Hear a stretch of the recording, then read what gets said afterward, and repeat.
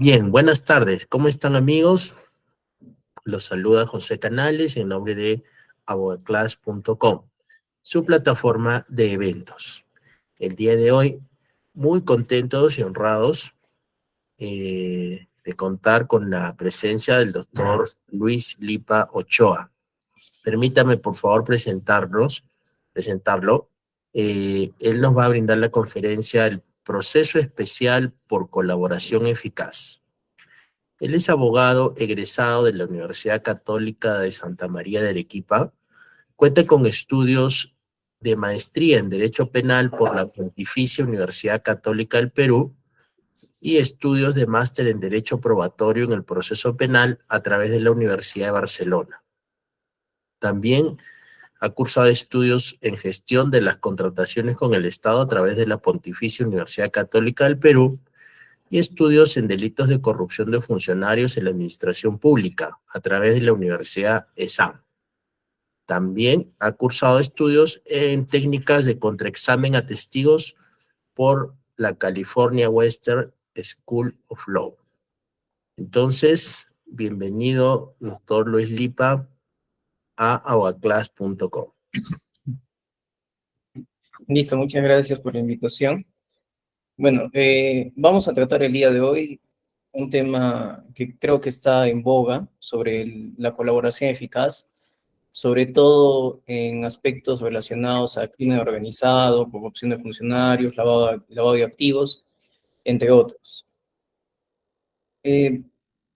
Quizás voy a hacer uso de algunas diapositivas. Sí, por favor, puede compartirlas. Si la Bien, vemos, si podría darle compartir toda la pantalla. ya. Algunas cuestiones preliminares antes de abordar el tema de la colaboración eficaz sería tener en cuenta que nuestro país es un país en auge, pero a la vez ese auge de la economía, de la prosperidad, hace que sea el mejor escenario para que se presenten quizás nuevas formas de criminalidad. Es cierto que el Perú tiene un mercado competitivo y esto incluso ha sido reconocido por el Fondo Monetario Internacional. En el año 2018-2019, el Perú ha sido ubicado como una de las terceras o cuartas economías más importantes de América del Sur.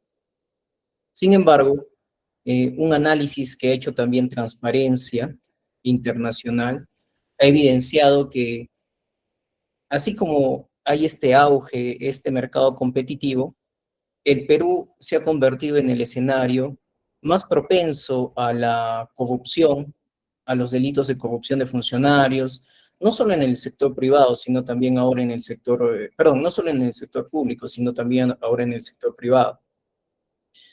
Así se nos ha catalogado en el año 2019, por ejemplo, como el tercer país con más índice de corrupción.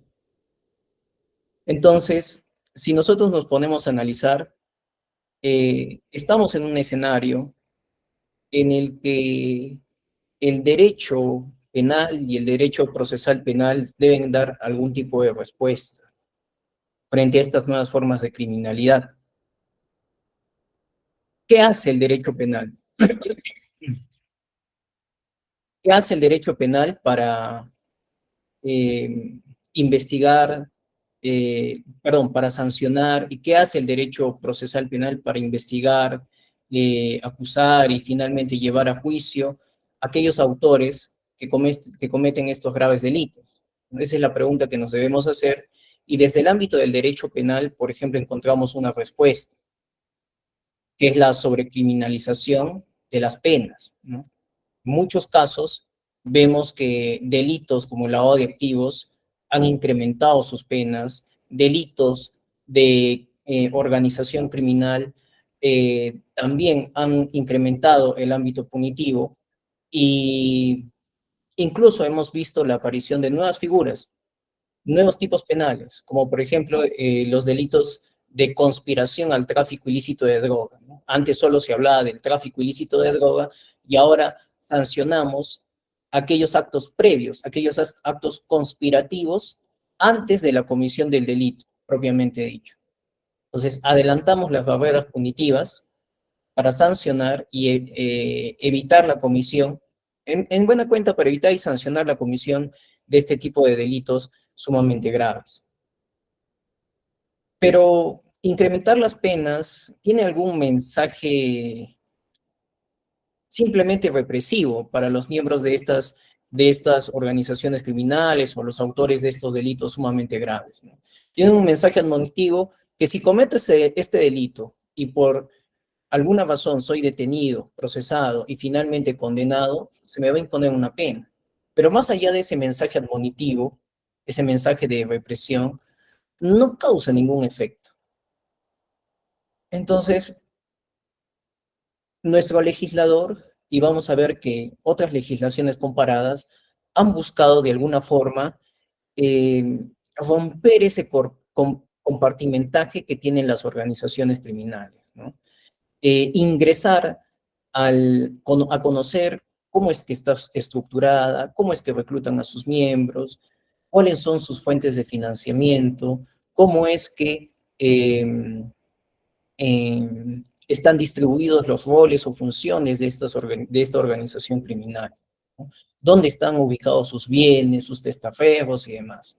Entonces, el legislador se ha preocupado por saber cómo ingresar a la organización criminal. Y allí ha prestado atención a dos aspectos muy importantes. El primero, que son las técnicas especiales de investigación. Y más adelante vamos a ver técnicas especiales de investigación como la escucha en tiempo real, lo que en el término popular se conoce como el chuponeo. Han implementado técnicas especiales de investigación, como por ejemplo las óbices, que es la observación, vigilancia y seguimiento, ¿no?, de los miembros de la organización para quizás saber cómo es que están actuando y en un determinado lugar detenerlos. Se han implementado figuras como el agente encubierto, el agente especial, y ahora último, con las últimas modificaciones, el agente revelador. Y por otro lado, casi de forma, podríamos decirlo, coetánea a lo que viene a ser las técnicas especiales de investigación, se ha implementado lo que viene a ser el proceso especial por colaboración eficaz. Que en buena cuenta busca incentivar la cooperación de las personas que forman parte de una organización criminal a fin de llegar a un término de acuerdo bajo el marco de una justicia negociada. Es decir, el aspirante a colaborador eficaz entrega una información, pero no cualquier información.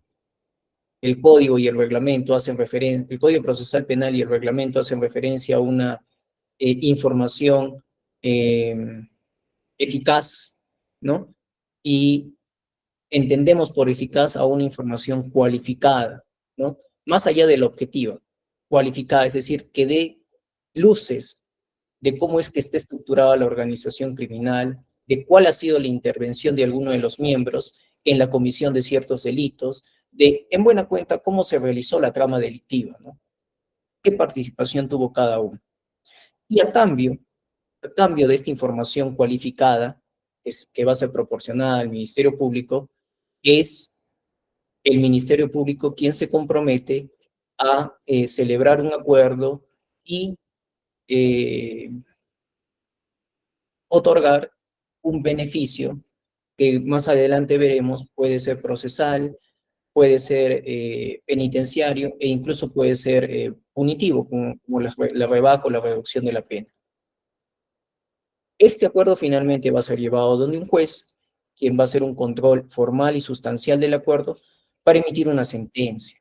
Y en esa sentencia finalmente se establecerá la responsabilidad de aquel aspirante a colaborador eficaz y también se determinará cuál es el beneficio al que ha llegado o al que se merece en atención y en proporcionalidad a la información que ha proporcionado. Como les decía, no es una preocupación solo del Estado peruano el hecho de que em, hayamos implementado este proceso de colaboración eficaz. Es una preocupación de varios estados, porque estas nuevas formas de criminalidad no solo aparecen en nuestro estado, sino que eh, prácticamente tienen incidencia en diversos países de nuestra región. Prueba de ello es que, por ejemplo, si nosotros revisamos alguna legislación comparada, por ejemplo, ¿no? La legislación de Guatemala, el decreto número 21/2006, veremos que en su artículo 90 regula lo que viene a ser la colaboración en la persecución penal de la delincuencia organizada, ¿no? Establece ciertamente beneficios, como lo dijimos, la reducción de la pena. ¿A cambio de qué? A cambio de información cualificada, como por ejemplo evitar la continuidad y consumación del delito o disminuir su magnitud.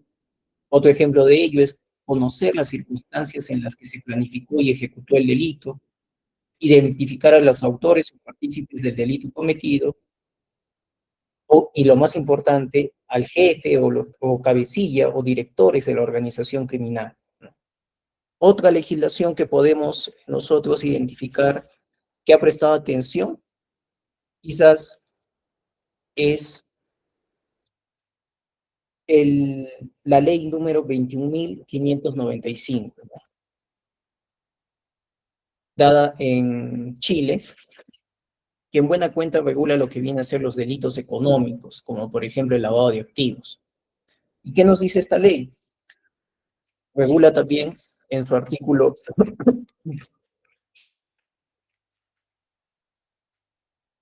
regula también en su artículo 63 lo que viene a ser la cooperación de las personas inculpadas que ofrecen información cualificada. Finalmente, quizás otra legislación de la que nosotros podemos evidenciar algún tipo de regulación similar a la que se ha hecho en Perú es la prevista en la ley 906 del año 2004 en Colombia, ¿no? En buena cuenta que nos señala, el artículo 324 señala lo siguiente: cuando el imputado o acusado, hasta antes de iniciarse la audiencia de juzgamiento, colabore eficazmente para evitar que el delito continúe ejecutándose o que se realicen otros, o cuando suministre información eficaz para la desestimación, para la desarticulación de las bandas criminales. Se hará merecedor también de un beneficio de disminución de la pena. Entonces, como vemos, no es una preocupación solo del Estado peruano, es una preocupación de diversos países vecinos que quieren quieren de alguna forma contrarrestar la comisión de estos tipos de delitos que lo hemos identificado como complejos, quizás delitos no convencionales. Para entender lo que viene a ser el proceso por colaboración eficaz, quizás sea, a modo de ejemplo, traer a colación lo que señala el doctor Ortiz Pradillo en su libro Los delatores en el proceso penal, ¿no? En buena cuenta nos dice, y hace alusión al libro del arte de la guerra. En este libro se dice, eh, para que uno pueda obtener sendas batallas y puede en sí eh, ganar en el ámbito de la estrategia militar, es necesario conocer detalladamente cuáles son los puntos más débiles de tu enemigo, ¿no? ¿Y dónde vamos a obtener esta información?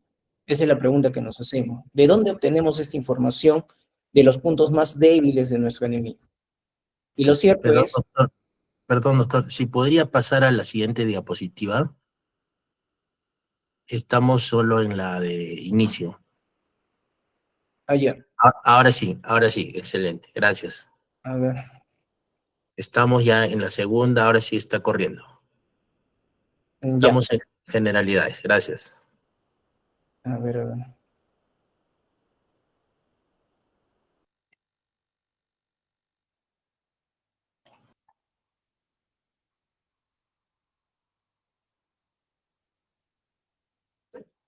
ya. Entonces, Sí, excelente. Sí. comentábamos de que a manera de ejemplo para entender un poco de lo que viene a ser la colaboración eficaz, hacíamos alusión al libro del arte de la guerra, ¿no? Para conocer a nuestro enemigo, eh, perdón, para ganar una batalla, tener sendas victorias, para ganar una guerra, es importante conocer los puntos más débiles de nuestro enemigo. Y la forma de conocer estos puntos más débiles justamente es eh, tener conocimiento, tener información de aquellas personas que quizás pertenezcan al círculo más íntimo, al círculo más privado de nuestro oponente, ¿no? Que nos puedan finalmente suministrar información cualificada o suministrar información privilegiada, ¿no? Como lo que ocurre en el proceso de colaboración eficaz, ¿no? Acercarnos a aquellas personas que son coetáneas, que son quizás el brazo legal, el brazo armado del jefe de la organización criminal, ¿no? Acercarnos a él, llegar a una suerte de acuerdo, eh, persuadirlo para que sea colaborador eficaz y finalmente que él nos suministre toda la información para finalmente desarticular esa organización criminal y lograr la investigación, procesamiento y sanción de los integrantes o los otros coautores que tuvieron intervención en la trama delictiva. Ahí se ve, cambio de diapositiva.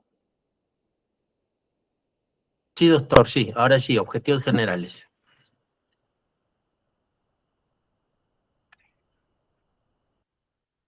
Eh, En buena cuenta, el objetivo general del proceso por colaboración eficaz es buscar incentivar la cooperación del arrepentido, es decir, de aquella persona que acepta haber cometido el delito, se encuentra arrepentido, buscamos incentivar su cooperación con el propósito de obtener información cualificada o, en el mejor de los casos, que nos suministre fuentes de prueba. ¿Qué va a permitir esta información cualificada o este suministro de fuentes de prueba? Va a permitir que el Ministerio Público esté mejor posicionado de cara a la investigación, procesamiento y finalmente juzgamiento de estas nuevas formas de criminalidad sumamente complejas. Como vemos, formas de criminalidad como corrupción de funcionarios, como las organizaciones criminales y como, por ejemplo, el lavado de activos.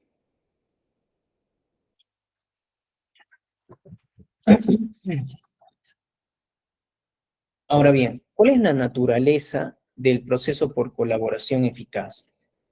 Y aquí es importante, en principio, señalar que quizás nuestro legislador ha dado un paso relevante, importante, al regular al proceso por colaboración eficaz en buena cuenta como un proceso.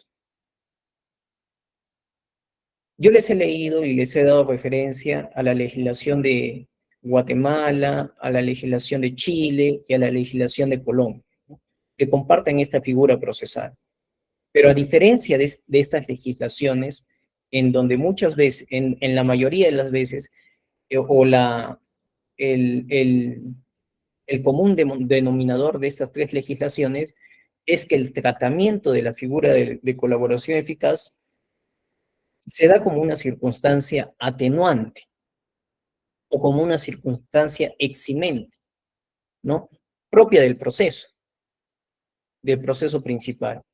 Es decir, que esta figura se va a aplicar, se va a dar el beneficio dentro del proceso principal que se lleva contra el colaborador y contra los otros autores que participaron en la trama delictiva. A diferencia de este tipo de legislación, nuestro legislador inicialmente, allí por el año 1987, regula lo que viene a ser esta figura del proceso por colaboración eficaz, tan igual como en estas otras legislaciones que les he dicho, ¿no? Como una circunstancia atenuante, como un cuaderno incidental propio del proceso o en ese tiempo del procedimiento penal. Esto ocurrió, por ejemplo, como les digo, con la ley 24.651, que reguló la colaboración eficaz para los delitos de terrorismo, con la ley 25.384, que reguló la figura de la colaboración eficaz para los delitos de corrupción de funcionarios, y entre otras leyes, por ejemplo, el decreto ley 25.582, el decreto legislativo 824 y la ley número 27.378, que reguló la figura de la colaboración eficaz para los delitos de tráfico ilícito de drogas y de criminalidad organizada. Siempre como una circunstancia atenuante, hasta que se dio el decreto legislativo 1301 o 1301 en el año 2016. Y es a raíz de este decreto legislativo que dejamos de tratar al proceso, perdón, a la figura de la colaboración eficaz como si fuese una circunstancia atenuante, como si fuese una circunstancia eximente, y pasa a tomar cuerpo y pasa a ser considerado un proceso.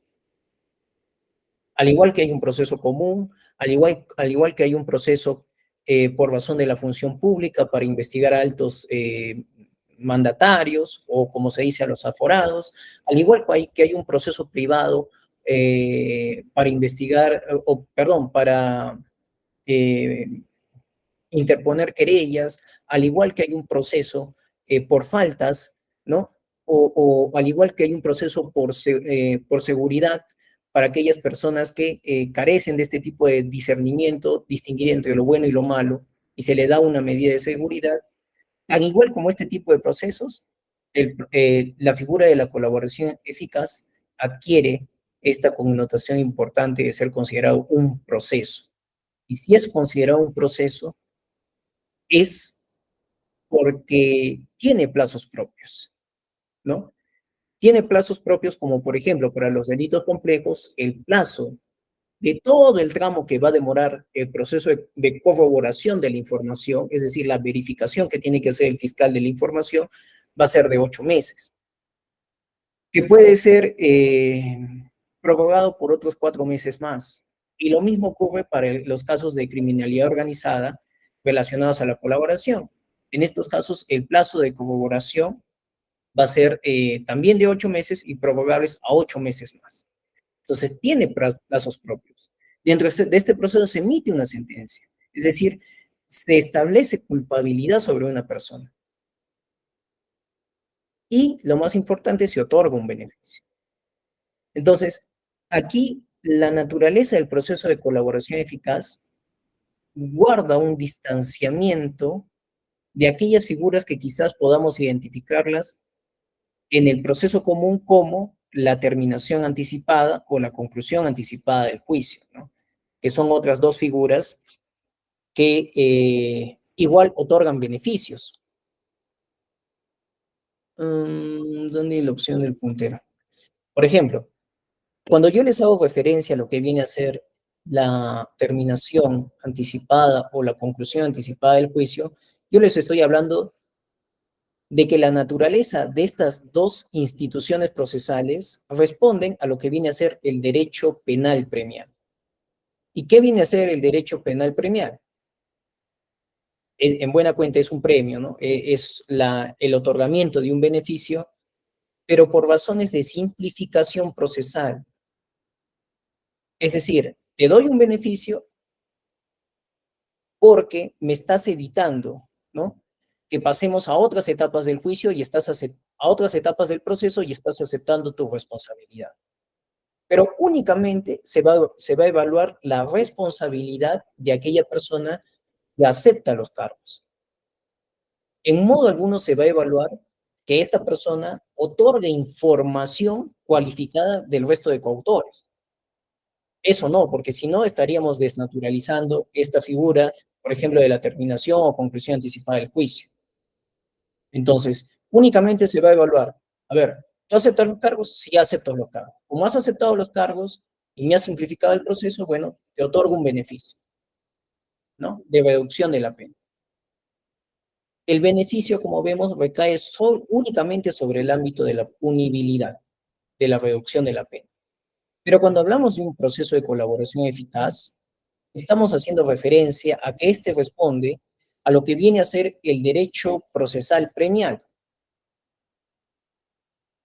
Si bien se evalúa el ámbito de la responsabilidad de quien acepta los cargos, ese no es el objetivo principal. El objetivo principal es que esta persona que acepta los cargos proporcione información que dé cuenta, por ejemplo, de la estructura de la organización criminal, de la identidad de los miembros de la organización criminal, de los grados, el grado de agresividad de la organización criminal, de las fuentes de financiamiento de la organización criminal. Entonces, la razón político-criminal de la colaboración eficaz enmarcada dentro de lo que viene a ser el derecho procesal premial no responde a criterios de simplificación procesal, como en el caso de la conclusión o la terminación anticipada, sino que responde a criterios útiles para el proceso. Esa información tiene que ser útil para investigar, procesar y condenar finalmente a las personas que tuvieron intervención en la comisión del delito, de estos delitos sumamente graves, ¿no? Entonces, como vemos, incluso el beneficio, no sé si se encuentra en la siguiente diapositiva o no, incluso el beneficio, como lo veremos más adelante, no solo recae en el ámbito de la disminución de la pena, es decir, en el ámbito punitivo, sino también recae en el ámbito procesal. Digamos, si es que una persona es detenida preliminarmente y luego se le da una prisión preventiva junto a otros coacusados, ¿no? Lo que vemos generalmente en las noticias, que detienen a 10 personas, las tienen detenidas por 10 días. Luego el fiscal solicita la prisión preventiva contra los 10. Si alguna de estas personas, por ejemplo, se acoge al proceso de colaboración eficaz, de esa suerte de negociación inicial, se puede convenir con el Ministerio Público a dosificar la medida cautelar que se me quiere imponer, ¿no? Entonces, si el fiscal en un inicio quería darme prisión preventiva y yo le digo, ¿sabes qué? Quiero ser colaborador, tengo tanta información, el fiscal puede optar por darme una medida de menor intensidad, como por ejemplo una comparecencia con restricciones, pero solo a cambio de que yo le entregue información cualificada. Entonces, forma parte del beneficio, es un beneficio procesal. Tenemos otro beneficio que es el beneficio penitenciario, que es la eh, remisión de la pena, ¿no? Básicamente, aquella persona que está cumpliendo una sanción, cumpliendo una pena, y se acoge un proceso de colaboración eficaz para dar información quizás de otra investigación, puede ser merecedor de una recompensa. Y esa recompensa se va a traducir, en el mejor de los casos, en el perdón de esa pena que está cumpliendo. Entonces, es un beneficio penitenciario. Y finalmente, en un beneficio punitivo, desde el ámbito de la punibilidad, es la reducción de la pena y la suspensión de la pena, ¿no?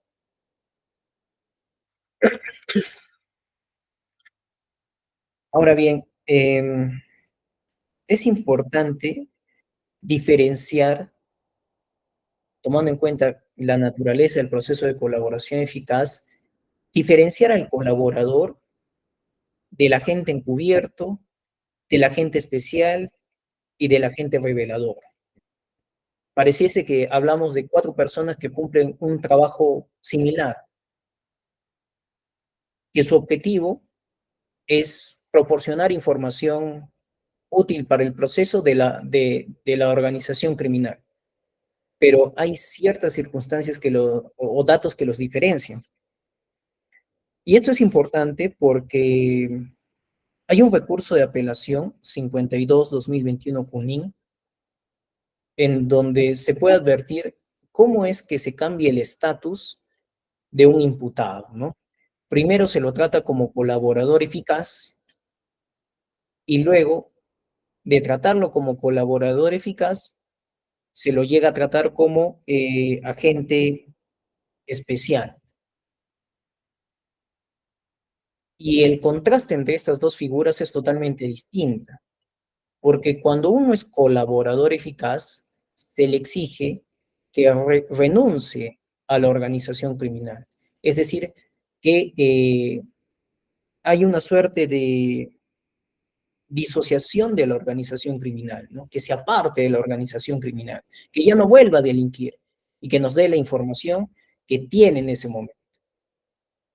Entonces, si tú le dices a un imputado o llegas al acuerdo con un imputado de que va a ser colaborador y luego le cambias de estatus a agente, perdón, agente especial, prácticamente se desnaturaliza esta segunda figura del agente especial. ¿Por qué?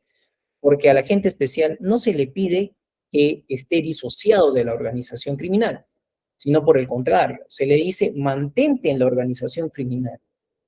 Es, tienes que estar todavía vinculado a la organización criminal para que tú me suministres toda la información en tiempo actual de cómo viene operando esa organización. Entonces, allí podemos empezar a distinguir una diferencia, ¿no? Colaborador disociado. Agente especial no tiene que estar disociado, tiene que estar eh, compenetrado dentro de la organización criminal. Ahora bien, cuando hablamos nosotros del agente encubierto, hacemos referencia a aquel efectivo de la Policía Nacional del Perú, preparado, con conocimientos especializados, que va a insertarse dentro de la organización criminal. Cuando nosotros nos referimos al agente especial, estamos haciendo referencia a un ciudadano que no necesariamente es parte de la organización criminal, pero sí está vinculada a ella, ¿no? Y que esa vinculación hace que pueda suministrar información importante. Y cuando nosotros hacemos referencia al agente revelador, en buena cuenta estamos hablando de alguien que pertenece a la organización criminal, que forma parte de la organización criminal y que es captado por el Ministerio Público, por la Policía Nacional, para que entregue información de cómo viene siendo estructurada, cómo viene actuando la organización como tal. Estos eh, tres figuras o tres técnicas especiales de investigación, el agente encubierto, el agente especial y el agente revelador, responden a una circunstancia muy particular, porque si ellos ingresan dentro de la organización criminal o se mantienen allí, es porque en buena cuenta utilizan el engaño para mantenerse dentro de la organización criminal y obtener información y proporcionarla al fiscal. El colaborador no utiliza ninguna técnica del engaño. El colaborador, como lo hemos dicho, se disocia de la organización criminal y a partir de ahí tiene prohibido ingresar nuevamente dentro de la organización o cometer delitos que estén planificados o tenga como plan esa organización criminal, ¿no? Entonces, uno responde a esta técnica especial, estos tres, perdón, responden a esta técnica especial de investigación sobre la base del engaño, y el otro no responde a una técnica especial de investigación, responde, como lo hemos dicho, a un proceso autónomo y a un proceso que tiene plazos propios, donde se va a emitir una sentencia y donde se va a otorgar un beneficio. Incluso si nosotros hacemos precisión sobre los beneficios, al colaborador se le va a dar un beneficio por el hecho de entregar información cualificada. Pero al agente encubierto, es decir, al policía, al miembro de la Policía Nacional que ingrese a la organización criminal, no se le va a dar ningún beneficio, es parte de su trabajo. Al agente especial tampoco se le va a dar un beneficio. Lo que sí, y es importante destacar, es que si el agente encubierto, el agente especial o el agente revelador Dentro de esa actuación, ¿no? Dentro de esa actuación de la inmerso dentro de la organización criminal, comete algún delito, ese delito puede ser exento de responsabilidad. Sobre ese delito puede concurrir una exención de responsabilidad penal, ¿no? Pero por los hechos que haya cometido anteriormente, por ejemplo, el agente revelador, por los hechos que haya cometido antes de convertirse en agente revelador, tiene que responder penalmente. Por eso no tiene un beneficio. Bueno, estos son los beneficios del proceso de colaboración eficaz, como lo dijimos, los penológicos, que viene a ser la reducción de las penas, incluso la exención de la responsabilidad penal, más no civil, los beneficios procesales, que en buena cuenta es la dosificación de las medidas cautelares y como la prisión preventiva, por ejemplo, de una prisión preventiva bajar a una comparecencia con restricciones y los beneficios penitenciarios, que son la remisión de la condena, es decir, el perdón de la pena que viene cumpliendo aquella persona que ya tiene una pena, no tiene una sanción penal. Ahora, quizás es importante quizás resulta importante tomar en cuenta eh,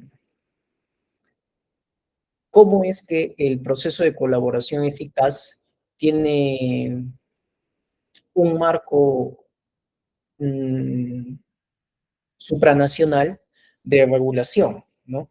Por ejemplo, la Convención de las Naciones Unidas contra la Corrupción se ha pronunciado sobre el proceso de colaboración eficaz.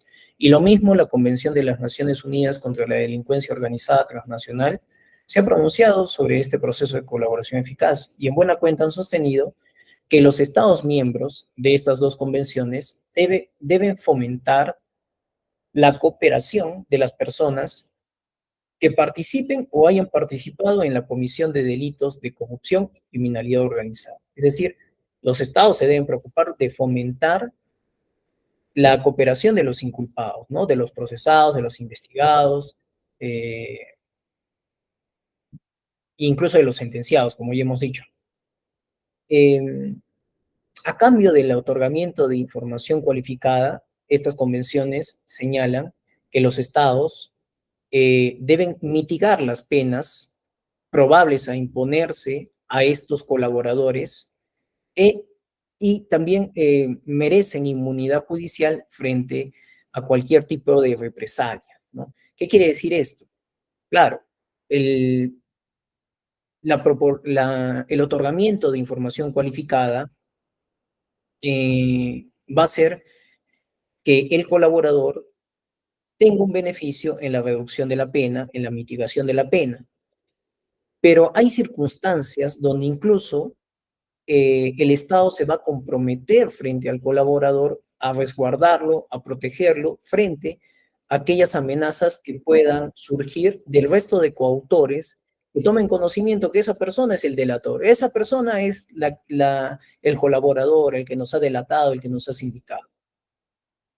Entonces, frente a esas circunstancias, el Estado también asume una suerte de responsabilidad, ¿no? Y tiene que procurar otorgar algún tipo de protección al colaborador. Incluso, en nuestra legislación opta por el cambio de identidad del colaborador cuando el peligro ya es sumamente grave, sumamente inminente. En otras legislaciones, um, como por ejemplo en Italia, el Estado incluso proporciona una suerte de manutención al colaborador. Incluso lo cambia de residencia y el Estado se procura de pagar el tema de los alimentos, alquileres, etcétera, todo porque esa persona ha asumido ese compromiso de otorgar información, ¿no? Entonces, eh, la responsabilidad de los estados frente a los colaboradores también es una circunstancia que importa para la convención. Finalmente, hacen referencia a que la colaboración de las personas inculpadas no solo se debe limitar a la investigación, sino también al enjuiciamiento. Ahora bien, ¿qué delitos son materia de un proceso de colaboración? Lo tenemos en este pequeño cuadro esquematizado, ¿no? Por ejemplo, en un primer bloque encontramos los delitos de asociación ilícita, terrorismo, lavado y entre otros. Eh, ¿Qué condición se exige de que haya una pluralidad de investigados, ¿no? Para que justamente surte efecto la delación, surte efecto la proporcionar información cualificada para implicar al resto de coacusados que tuvieron intervención en el delito. También forma parte del proceso de colaboración todos los casos de crimen organizado. En un tercer bloque tenemos los casos de concusión, peculado, corrupción de funcionarios, delitos tributarios, delitos aduaneros contra la fe pública y el orden migratorio. Y en un cuarto bloque tenemos los delitos de concusión, cobro indebido, colusión, responsabilidad de peritos, árbitros, peculado, malversación de fondos, entre otros. En estos últimos casos, en el cuarto bloque, importa la pluralidad de coautores, ¿no? Importa la pluralidad de coautores, pero también en estos delitos pueden ser colaboradores no solo las personas naturales, sino también las personas jurídicas, es decir, en buena cuenta las empresas, como hemos visto en el caso Odebrecht.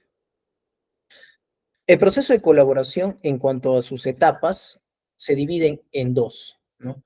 Por ejemplo, el proceso común, nosotros sabemos que se divide en tres etapas, ¿no? La investigación preparatoria, la etapa intermedia y finalmente el juicio oral, ¿no? Y la etapa de ejecución de sentencia. En el proceso de colaboración, básicamente distinguimos dos etapas importantes.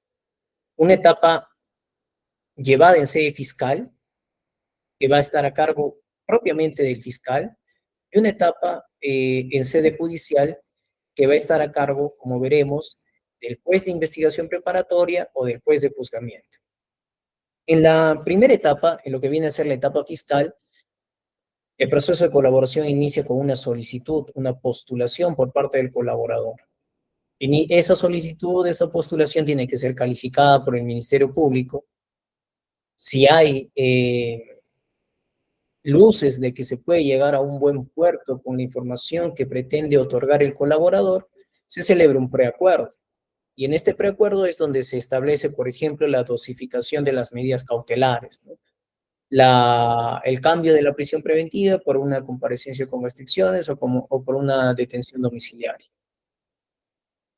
Luego, es posible de que al colaborador se le asigne una clave, ¿no? Para proteger su identidad. ¿Es facultativo? Sí, porque el fiscal y el colaborador pueden optar por no ser necesaria la asignación de una clave. Una vez llegado a este punto, es importante que el colaborador manifieste toda la información importante y relevante que tiene respecto de la sindicación de los otros coautores que participaron en el delito. Y esa sindicación tiene que ser corroborada, ¿no? Tiene que ser comprobada por el fiscal. Tiene que verificar que ese dicho del colaborador, esa sindicación contra el imputado A, por ejemplo, tenga que ser verificada, tenga que ser corroborada con ciertos actos de investigación que arrojen luces de que en verdad existió ese hecho y de que en verdad esta persona, este imputado A, está vinculado a ese hecho. Finalmente, si es que se llega a corroborar la información del colaborador, total o parcialmente, se va a suscribir el acuerdo de colaboración eficaz. Suscrito el acuerdo de colaboración eficaz, en donde puede tener intervención el fiscal, el colaborador e incluso el, el agraviado con el delito, en este caso, por ejemplo, los delitos de lavado de activos, el Estado, este acuerdo es llevado al juez. Si el proceso de colaboración eficaz se encuentra en etapa de investigación preparatoria perdón, si el colaborador se encuentra comprendido como imputado en la etapa de investigación preparatoria o en la etapa intermedia del proceso común, es quien va a asumir la competencia para realizar el control sustancial de ese acuerdo al que ha llegado el fiscal y el colaborador va a ser el juez de investigación preparatoria.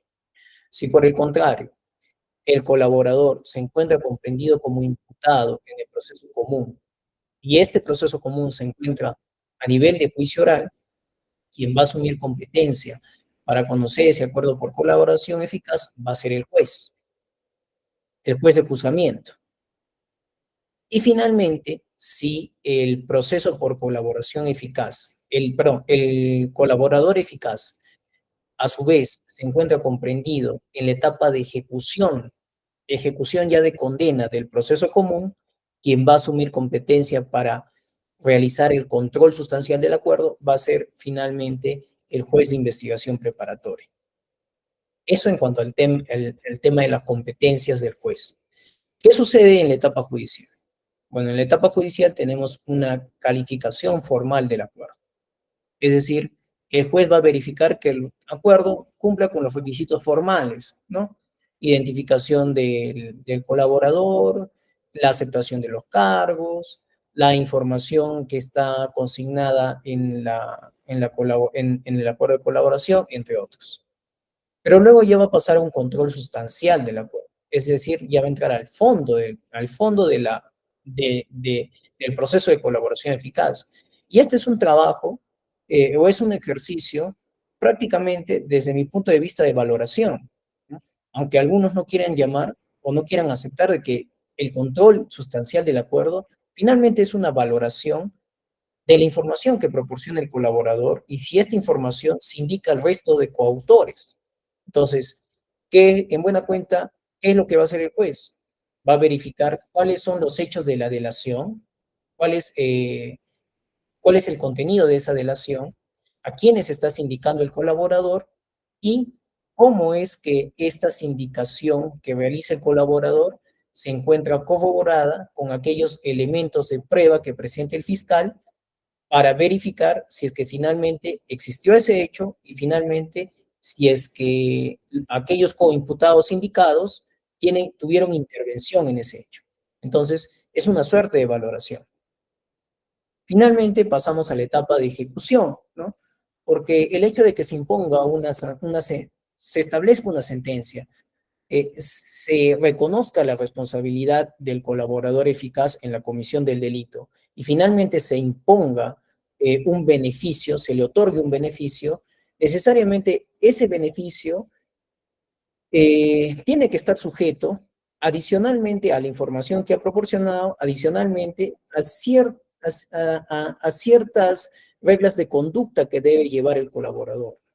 Por ejemplo, el más importante, de que esté presto al llamado del Ministerio Público al juicio que se está llevando contra aquellos indicados, ¿no? En su momento, el fiscal lo requerirá como testigo y este debe comparecer al juicio como testigo porque es parte de las obligaciones que ha asumido en el proceso de colaboración. Si es que no comparece, si es que rehúsa comparecer o a testificar, la consecuencia es que el juez, a pedido del fiscal, puede resolver que ese acuerdo sea revocado.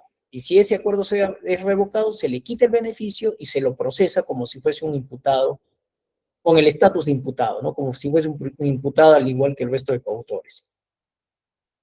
Ahora bien, ya para quizás ir terminando, sí, ya quizás para ir terminando, es importante reparar algunas circunstancias sobre el tema de la competencia, ¿no? Si nosotros revisamos el, el proceso de colaboración eficaz en la etapa de juzgamiento, el Código Procesal Penal establece que la competencia del juez de juzgamiento inicia desde que recibe el auto de enjuiciamiento por parte del juez de investigación preparatoria y esa competencia se extiende hasta momentos o instantes previos a la instalación del juicio oral, ¿no? Es decir, hay un pequeño tramo ahí donde puede incoarse un proceso de colaboración eficaz. Luego de de este pequeño tramo vienen ya los alegatos de, perdón, la instalación del juicio propiamente dicho, vienen los alegatos de apertura, la actuación probatoria, los alegatos de clausura y la emisión de sentencia. Entonces, el Código Procesal Penal nos habla, hay un pequeño extracto donde se puede incoar el proceso de colaboración eficaz. Luego, por ejemplo, en la actuación probatoria del juicio ya no se puede incoar el proceso de colaboración eficaz. Eso es lo que nos dice el Código Procesal Penal. Pero cuando nosotros, por ejemplo, revisamos el artículo 30 del reglamento que dota de eficacia a este proceso de colaboración, vemos que este reglamento extiende las competencias de este juez de juzgamiento, ¿no? A diferencia de ese pequeño extracto sobre el cual se puede incoar el proceso de colaboración eficaz, el reglamento nos dice, no, el juez de juzgamiento puede conocer el proceso de colaboración desde que recibe el autoenjuiciamiento hasta momentos previos a la emisión de la sentencia. Es decir, toma este pequeño extracto al que estamos haciendo referencia, abarca, amplía también la competencia en el momento de los alegatos, en el momento de la actuación probatoria, y finalmente en momentos previos a la sentencia, ¿no? Incluso en los alegatos de clausura, podríamos nosotros decir. Entonces, hay una extensión indebida de la competencia por parte del reglamento, o en buena cuenta se ha establecido en el reglamento. Y esto es una circunstancia que viola o que infringe lo que viene a ser el principio de jerarquía de leyes, porque un decreto no puede extender las competencias que ya han estado establecidas en una ley, como es en el Código Procesal Penal, ¿no? No pueden ser extendidas. De otro lado, es importante, ya para ir concluyendo, la relevancia que quizás le han dado al proceso por colaboración eficaz como un proceso autónomo, ¿no? Y dentro de esta autonomía hemos tenido diversos pronunciamientos emitidos por diversas instancias de nuestras cortes. A modo de ejemplo, vamos a tocar tres circunstancias importantes donde se han pronunciado sobre la autonomía del proceso por colaboración eficaz. El primero está relacionado, por ejemplo, el primero lo podemos denominar la autonomía del proceso por colaboración eficaz en relación a la situación jurídica que ostente el aspirante a colaborador eficaz en el proceso principal. ¿Qué quiere decir esto? Yo les he dicho que el proceso de colaboración es un proceso autónomo, es un proceso independiente, donde solo vamos a ver al colaborador. Pero de forma conexa a este proceso de colaboración puede existir un proceso común. Y ese proceso común puede estar comprendido por el resto de sindicados o implicados en la comisión del delito, ¿no? Por aquellas personas que han sido sindicadas por el colaborador, esos pueden estar comprendidos en el proceso común. Y en ese proceso común, el colaborador también puede estar comprendido como imputado. Entonces, hay un estatus diferente del colaborador. Una misma persona está comprendida en dos procesos. ¿Tiene un estatus diferente? Sí, porque en el proceso de colaboración, básicamente es un aspirante a colaborador. Y en el proceso común, es un imputado. Entonces, ¿qué sucedió? Por ejemplo, el tercer juzgado de investigación preparatoria nacional, ¿no? En el expediente judicial 29-2017, incidente 43, y la primera sala penal de apelaciones nacional, en el mismo incidente, tuvieron oportunidad de pronunciarse sobre cuál es finalmente el estatus del colaborador. ¿A raíz de qué? A raíz de que en el proceso común, uno de los coacusados había solicitado que el colaborador, que también estaba comprendido en el proceso común, declare como testigo. Porque lo estaba sindicando, ¿no? Oye, si me estás inculpando, yo quiero que tú declares y quiero interrogar. En una primera instancia, el juez de investigación preparatoria dijo, como una suerte de compensación al derecho de defensa, al derecho de contradicción, le vamos a permitir que interrogues al colaborador, que a la vez es imputado. Y te vamos a permitir que lo interrogues, pero a través de un pliego de preguntas. Y se les dijo a las defensas, manden su pliego de preguntas al despacho del fiscal y el fiscal realizará las preguntas al colaborador y éste responderá las, este pliego de preguntas, tratando de compensar el derecho de defensa y el derecho de contradicción. Pero la sala, cuando este caso llegó a instancia de apelación, la sala señaló que no se le puede dar tratamiento a un imputado que a su vez es colaborador, en el proceso común no se lo puede tratar como si fuese un testigo. ¿Por qué? Porque en el proceso común él sigue teniendo la condición de imputado. Y si tiene la condición de imputado, no puede ser sometido a un interrogatorio solicitado por alguno de los coacusados. Ese imputado, que a su vez es colaborador, sabrá en qué momento quiere declarar. Sabrá quizás, incluso le asiste el derecho de guardar silencio, ¿no? Entonces nadie le puede obligar que declare. Es un derecho fundamental que le asiste. Así sea colaborador o así tengan ustedes información de que él es culpable. Entonces, el estatus no se pierde, no cambia cuando el colaborador está dentro del proceso común. Dentro del proceso común, ese colaborador tiene la condición de imputado y se le reconocen los derechos de imputado. En el proceso de colaboración, tiene la condición de colaborador. Y si llega a buen puerto, el fiscal sabrá en qué momento introduce la declaración de ese colaborador al proceso común. Otro pronunciamiento importante se dio en cuanto a la autonomía del proceso por colaboración en relación a los plazos ordinarios y extraordinarios de las medidas de coerción que recaigan sobre el aspirante a colaborador eficaz en el proceso principal. Básicamente acá tenemos el pronunciamiento emitido por la Primera Sala Penal de Apelaciones Nacional, recaído en el expediente judicial número 243-2017-75. ¿Qué es lo que pasó aquí? El fiscal tiene una misma persona,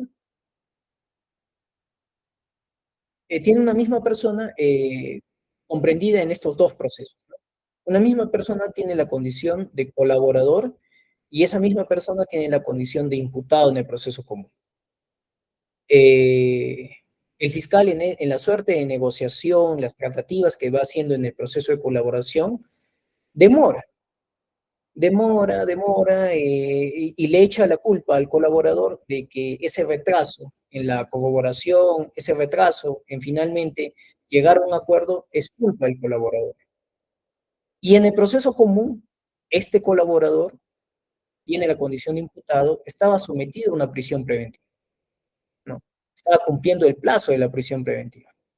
Entonces, se le vencía el plazo de la prisión preventiva al fiscal y el fiscal lo que solicita es, señor juez, he presentado un requerimiento de no cómputo del plazo de la prisión preventiva. Es decir, que hay unos espacios, hay unos tiempos del plazo de la prisión preventiva que han sido dilatados, han sido demorados por culpa del imputado, que a su vez es colaborador. Y el fiscal explicaba, ¿no? El colaborador se demora en proporcionar la información, el colaborador retrasa el tema de la corroboración, el colaborador prácticamente ha hecho de que mi proceso común lo descuide y se pase el tiempo de la prisión preventiva. Entonces, la sala, en instancia de apelación, señala lo siguiente, ¿no? Le dice, oye, el hecho de que esta persona esté comprendida en dos procesos no quiere decir de que tú vas a utilizar el comportamiento o las circunstancias que se puedan dar en el proceso de colaboración para justificar los plazos de la prisión preventiva. ¿Por qué? Porque finalmente son procesos autónomos, ¿no? Tu proceso de colaboración es autónomo de tu proceso de común. Y si el proceso común se te vence la prisión preventiva, tú no puedes justificar en el hecho de que el colaborador se retardó en brindar información. Más aún, dice la sala, si es que tú, como fiscal, tienes la posibilidad de incluso, si ves que la información que está suministrando el colaborador es lenta, si no otorga información importante y demás, tienes la posibilidad de cerrar ese acuerdo de colaboración eficaz, ¿no? De desestimar esa colaboración y dedicarte a tu proceso común. Entonces, no es justificación el hecho de que haya habido dilaciones en el proceso de colaboración para que tú justifiques que se te otorgue más plazo en el proceso común y sobre todo para justificar una prisión preventiva, ¿no? O el no cómputo de una prisión preventiva. Entonces, esos dos ejemplos prácticamente son manifestaciones de lo que viene a ser la autonomía del proceso por colaboración eficaz. Y con eso he concluido mi intervención, mi exposición. Listo, doctor, muchas gracias. Gracias a usted, doctor Lipa. Bueno, antes que nada, felicitarlo por su brillante exposición. Y tenemos algunas preguntas que nos han venido haciendo por interno, así es que se las hago llegar. Por acá va una que dice, el abogado que graba una conversación con su cliente en la cual le comparte la comisión de delitos cometidos dentro de una organización criminal. Luego, si este abogado estuviera involucrado también en la organización, ¿podría acogerse al proceso de colaboración eficaz y usar estas grabaciones? Sí,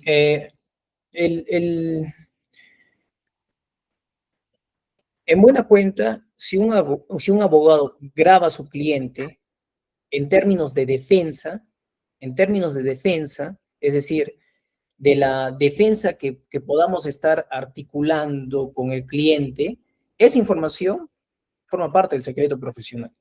Siempre y cuando yo como abogado no esté inmerso dentro de la trama delictiva, dentro del delito, ¿no? Entonces, esa información no puede ser utilizada. Pero si yo también soy, en buena cuenta, parte del delito, yo también tengo intervención del delito. Es decir, mi intervención no solo se limita al tema del asesoramiento legal y correcto, sino que yo también cometo el delito, entonces allí ya no hay secreto profesional. Ahí esa información que se graba puede ser utilizada para, para acogerse a un proceso de colaboración eficaz y brindar esa información útil al proceso, ¿no? Una información cualificada. Gracias, doctor. Por acá tenemos otra pregunta. Si pudiera hacernos llegar su comentario referido a la última modificatoria dada la ley de crimen organizado, ¿qué tanto va a incentivar o no a que más personas se acojan a los procesos de colaboración eficaz con estas últimas modificatorias? No, o sea, la intervención siempre de la colaboración eficaz va a ser siempre llamativa, ¿no? Siempre llamativa. Ahora se ha establecido ya una diferenciación más específica de cuándo estamos frente a una organización criminal, ¿no? La diferencia sobre todo de los roles, cuándo intervienen y demás. Pero incluso si se logra establecer una imputación contra una organización criminal, tal cual en los términos que ha sido establecido por el legislador, siempre es un incentivo para cualquiera de las personas que están comprendidas en ese proceso de colaboración, perdón, en ese proceso común donde se está investigando la organización criminal, siempre es un incentivo llamativo el hecho de que cualquiera de ellos pueda incoar un proceso de colaboración, ¿no? Sobre todo porque las penas son graves, ¿no? Nadie quiere afrontar una pena grave, ¿no? Nadie quiere del estatus en el que estaban delinquiendo y sobre todo delitos que tengan que ver, organizaciones criminales que tengan que ver con corrupción de funcionarios, porque finalmente estas organizaciones criminales no solo buscan enquistarse quizás en el poder y obtener ganancias y demás, al margen de esto, ellos buscan impunidad, buscan corromper a aquellas personas que los están investigando, buscan corromper a aquellos jueces que los están investigando. Pero si se les cierra estas puertas y están en un momento en el que están siendo investigados, entonces cualquiera de ellos va a estar presto, si han estado en ese nivel, va a estar presto a cogerse un proceso de colaboración, ¿no? Gracias, doctor. Bueno, y también nos preguntan cómo es que podrían contactarlo para fines profesionales o académicos. Sí, bueno, mi número es 91 41 32 32 0. Cualquier tema académico, profesional, estoy presto a cooperar, ayudar y atenderlos, ¿no? Eso sería todo, doctor. Gracias, doctor. Sus palabras de despedida finalmente. Sí, no, muchas gracias por la invitación, doctor José Canales. Muy agradecido por la invitación, por compartir quizás este pequeño espacio donde algo de lo que sé del proceso de colaboración eficaz, espero que les haya servido. Y nada, estoy para ayudarlos y quizás en otra ocasión también tener otra intervención, otra ponencia. Eso sería todo, doctor. Claro que sí, doctor. De antemano, bueno, lo comprometemos a que nos pueda acompañar, no en una próxima ocasión, sino creo que en muchas otras, porque realmente su exposición ha sido bastante académica y bueno, es un tema, como usted bien dijo al inicio, que hoy más que nunca parece que está en la palestra y lo vamos a seguir teniendo el tema de la colaboración eficaz, lamentablemente por estas situaciones de corrupción en la que actualmente vive el país, por largo tiempo más. Muchas gracias, doctor, nuevamente, y siempre bienvenido a su casa, abogaclass.com. Bien, amigos, no nos queda sino invitarnos a que nos sigan a través de nuestra página web, www.abogaclass.com, también a través de nuestras redes sociales, Facebook, LinkedIn, y en nuestro canal de YouTube, donde también tendremos la conferencia del doctor Lipa que nos acaba de brindar. Muchísimas gracias a todos por acompañarnos y nos vemos en una próxima oportunidad. Hasta pronto. Hasta pronto, Listo, muchas gracias.